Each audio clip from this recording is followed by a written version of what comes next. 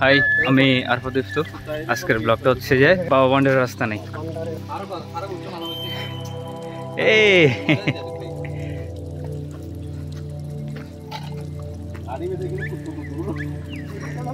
হ্যাঁ,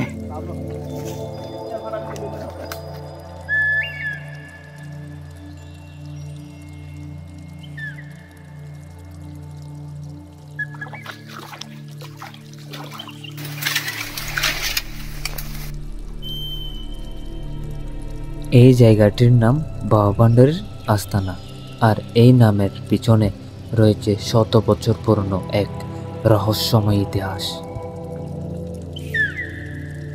এটি স্থায়ীভাবে একটি অনেক পবিত্র এবং রহস্যময় স্থান হিসেবে পরিচিত।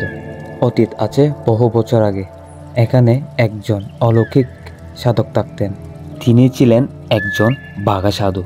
মানুষের মুখে শোনা যায় যার চারপাশে সবসময় বাঁদরের দল থাকতেন।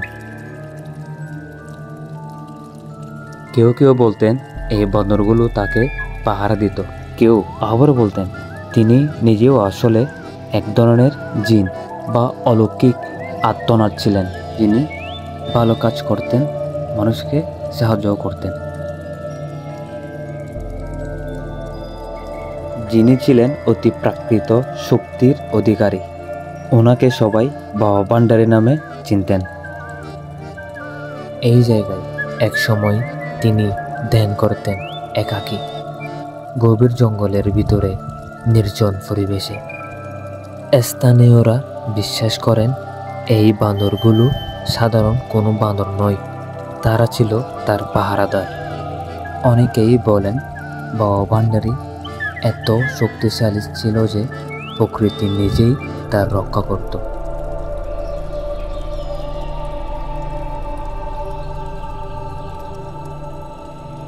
আরও শোনা যায় কেউ কষ্ট নিয়ে এলে তিনি কিছু না বলেই বুঝে ফেলতেন আর তাকে সাহায্য করতেন অলৌকিকভাবে। আজও এখানে মানুষ আসে মানব করতে।